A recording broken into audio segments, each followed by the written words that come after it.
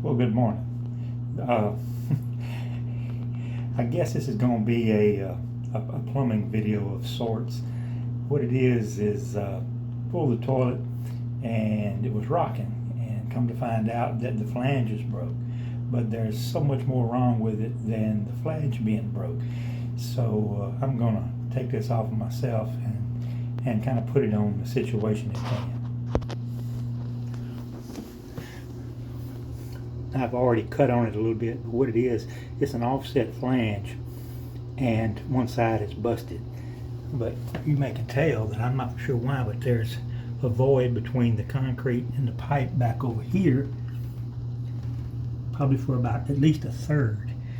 And so I'm gonna have to try to get this flange out, put a new one in, and bolt another one to it. But anyway, I'll have to turn the phone off and on several times to kind of do what we're doing. But since I've got it cut, I'm gonna go ahead and break this flange off and see what I've got.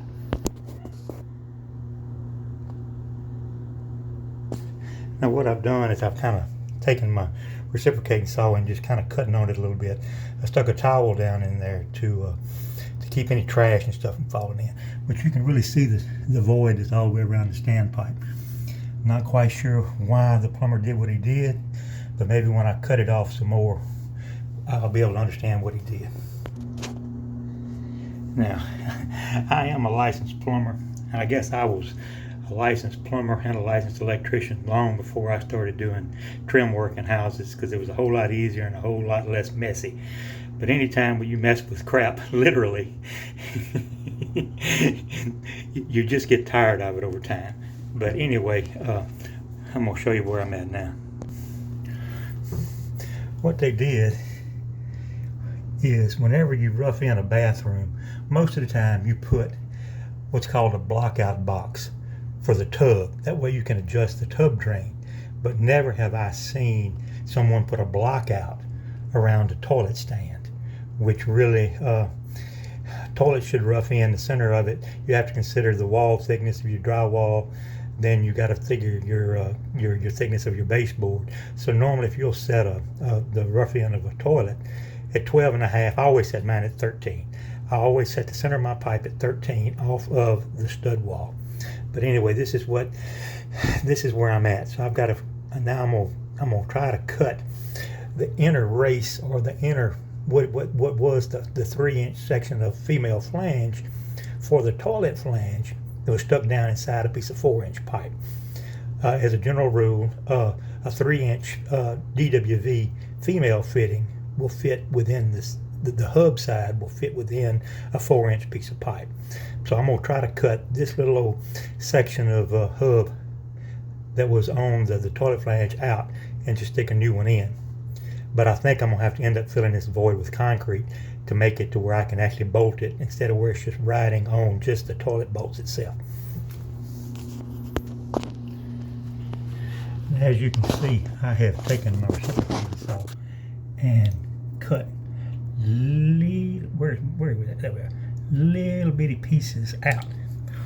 And I try not to take too many of them too big of an area out at one time, in fear of breaking the pipe. Now, you'll notice that there's been kerfs cut in the pipe.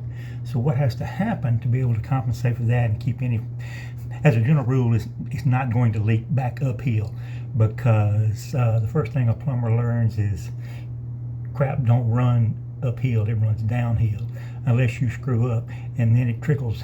No, it brushes back up to the mainmost guy in charge, which is me in this situation. But anyway, what you'll do is, in all those curves, you'll take a good glue and coat the inside, let that dry. Then what you'll do is, when you're ready to set the flange, then you'll glue the pipe again. But anyway, we'll get to that later. Okay, you can see that I got all the pieces out, and once you get like over there, and that's about where I got curves cut in it. Once you got a section broke out, then you don't have to cut the pipe all the way. You can just cut it in sections, and then it will just kind of fold out, if you will. But anyway, as a rule, on drain line stuff, I normally do not clean my fittings. but in this situation where it was dirty, I'm going to. And essentially in the makeup drawer of this house, there was 100% pure acetone, which is the same thing as pipe cleaner. And probably the best glue that I can find in our neighborhood is this plum tight glue. And you're talking about, it says blue hot professional. It is hot. You get it on you, it will burn you. So what it does is it actually melts the pipe, melts or welds the pieces together. And if this fitting would have been put in with plum tight glue, I wouldn't have had it this easy. I would have had to took a grinder and a buffer and buffed all that excess out of the hole. But as it is, I've got it cleaned up now. But anyway, I think I'm gonna have to go to part 2, because depending on what the homeowner tells me, I really need to pour this void with concrete, because if not, it's essentially what happens is on the new flange, it just rides on this little, nothing but these little old thin metal is what will be holding the toilet down. Now I do silicone my toilets to the floor whenever I'm said and done, but I think we need to fill this up because this flange actually needs to be bolted to the floor. Well, you can see, I'm gonna turn it upside down. There is nothing in those areas other than dirt. This is, so I forgot to put that rag down in there to keep the crap from falling down in there.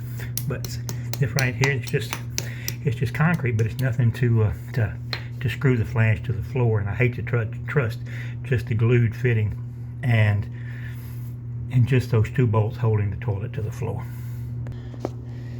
To be able to fill this area in, I need to try to give the new concrete a good something to bond to. I'm gonna chip out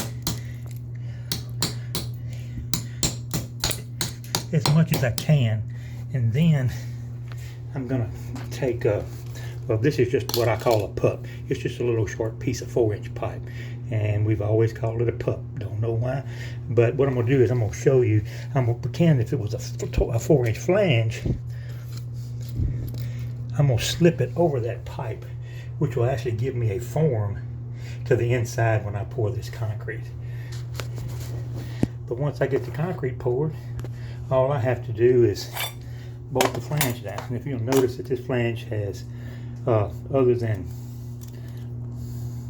the where the bolts go to, you've got screw holes, 1, 2, 3 there, and then 1, 2, 3 there, which actually you actually screw that to the concrete.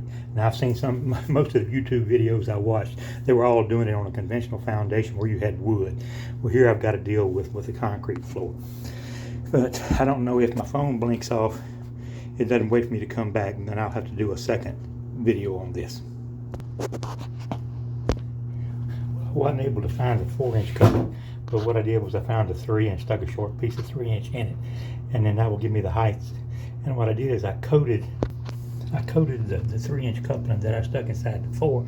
I coated it with baby oil. That way, when the concrete sets up, I can pull it back out of there.